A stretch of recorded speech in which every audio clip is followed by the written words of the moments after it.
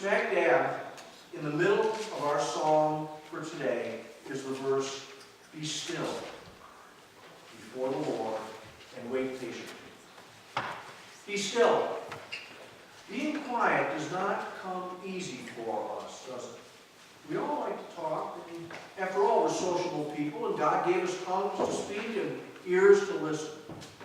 But our song says something else. It says to be still. We usually don't like silence. We find it a little uncomfortable. In fact, we even have this phrase, that uncomfortable silence. And so, in our elevators, in our grocery stores, in doctors' waiting rooms, in many places where we eat, in fact, at many gasoline pumps, we hear music playing, or there's a television playing, often with 2 or 3 people discussing whatever is current, the news, the latest movie, the latest Hollywood gossip, or the latest sports results. Our psalm says, "Be still before the Lord." And it tells us more. If we're quiet, we will hear more. We are to be patient. Patience. I don't know what's harder, being still that is quiet, or being patient. And we live in a society which is governed by something we can't begin to understand. It's the speed of light, 186,000 miles per second.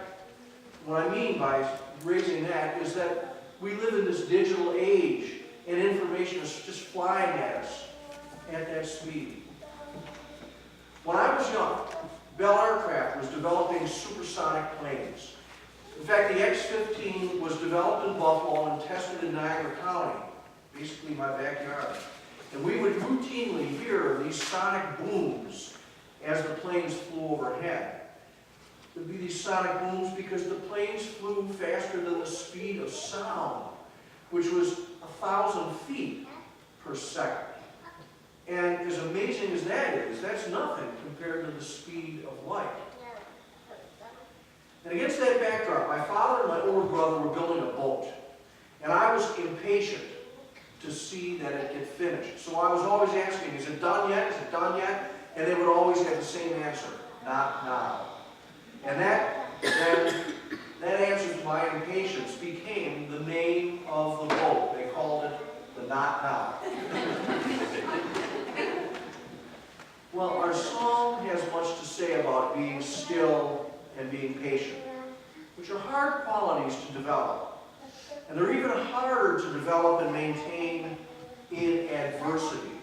And that's what I want to speak about today. God's call for us to be still and wait patiently in difficult times. In our Old Testament reading for today, we hear of a family reunion. But it's a family reunion quite unlike most family reunions that we might have encountered. And you all know the story. A young man, Joseph, was a bit of a thorn to his brothers. He was the favorite son of his father, Jacob. And worse than this, he had been telling these brothers that he was having these dreams where he, the youngest in the family, would end up ruling over them in the future. And this kind of rivalry was just too much for the brothers to bear. And so they did something quite terrible. They sold him into slavery. So Joseph goes off to Egypt, likely to never see his father or brothers again. And though he rose from slavery to a position of authority, he was again betrayed, this time by the wife of his master. and he was thrown into prison for several years.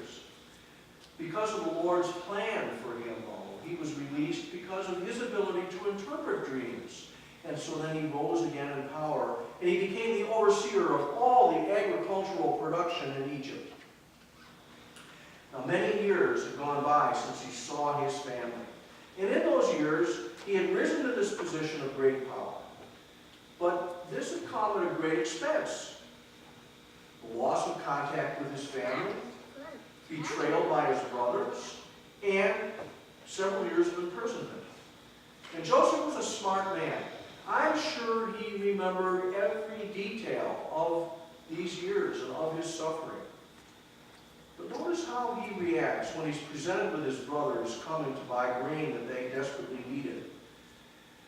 Here they were, guilty of treachery, and at the same time in great need. As the expression goes, now the shoe is on the other foot. But remarkably, and I mean remarkably, it seems that Joseph is guided not by human emotions of seeking vengeance. He's a man of power now. If he had wanted, he could have had these people imprisoned, his brothers, and might have even had them sentenced to death. And I don't think there'd be any questions asked. Or he could have had a milder reaction, maybe to simply deny their request to buy grain and send them away. But listen to his response. He says, "Come closer to me. Come closer." And then comes the best part. I'm your brother. You didn't treat me like a brother. But that's behind us now. I am your brother. So despite the evil Joseph had received, he spent his years quietly and patiently before the Lord. As our psalm verse says, he was not provoked by the one who prospers, the one who succeeds in evil schemes. His trust over those many years of injustice was in the Lord. Now in our gospel text, we hear Jesus giving his disciples, and remember again, that's us, some pretty difficult instructions. And we know them well, and they're not easy to hear. Love your enemies. Do good to those who curse you. Pray for those who abuse you. Now, how can we understand these words and at the same time stand up for victims of oppression and abuse? God provides us the answer in the psalm. Refrain from anger. Forsake wrath.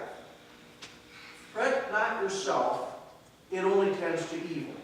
For the wicked shall be cut off, but those who wait for the Lord shall possess the land. Yet a little while, and the wicked will be no more. Though you look well at their place, they will not be there. But the meek shall possess the land and delight in the abundance of peace. So make no mistake, we are called to support justice for the innocent. And our civil government has every right to punish those who break the law. But we are not supposed to spend our time consumed in anger and hatred.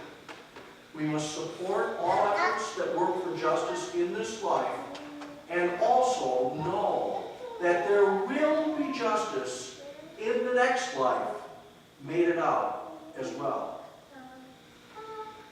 We also must be careful about getting too carried away in our projections of evil on other people. Because although we aren't, I hope, like Joseph's brothers, sin is still lurking in us. And evil is only too happy to push us into evil thoughts. Listen to what Dietrich Bonhoeffer has to say about this, a man who certainly suffered injustice and knew evil. He writes, "Do not claim to be wise. The devil promised wisdom to Adam and Eve, offering to make us as wise as God, and they were to know what is good and evil. Since the time when Adam accepted the devil's gift of wisdom, all human beings think they know how to deal with God and how to deal with people. With the aid of this wisdom, what happened? The first son of Adam and Eve was Cain. the murderer of his brother. Do not claim to be wise, but focus on the love that Christ extends to all people on the way to the cross. And the last verses of our psalm speak about how God is calling us to live in his kingdom. Note the blameless person, and behold the upright, for there is posterity for the person of peace. But transgressors shall altogether be destroyed. The posterity of the wicked shall be cut off. The salvation of the righteous is from the Lord. He is their refuge in time of trouble. The Lord helps them and delivers them. He delivers them from the wicked and saves them because they take refuge in him. So let us take refuge in the Lord. Let us be still before the Lord and wait patiently. God will bring about vengeance. If we want peace in this life and in the next, we must heap our worries and our struggles and our battles with others onto the cross. Let our egos die there. Die to God as Jesus did. And as Jesus was raised to eternal life, so shall we. And this shall be to the glory of God, Father, Son, and Holy Spirit.